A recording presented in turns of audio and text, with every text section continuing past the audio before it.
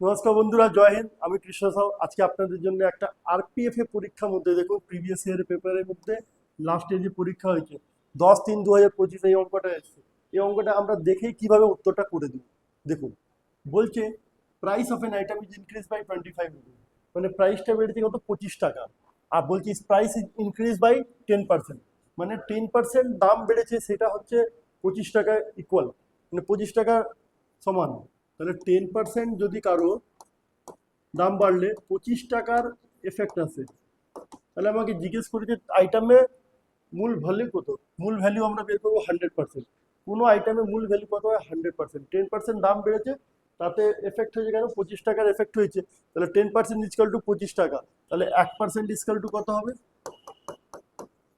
25/10। তাহলে 100% যেটা total value হবে,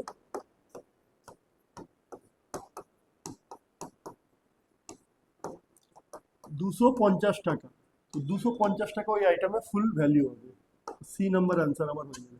এটা দেখে নিন, আরপিএফ এরকমই ধরনের অঙ্ক আসছে, অনেক অনেক ইজি। আপনারা এখন যারা রেলওয়ে প্রিপারেশন করছেন আর রেলওয়ের জন্য প্রিপারেশন শুরু করুন, খুব তাড়াতাড়ি চাকরি পাবে। Thank you.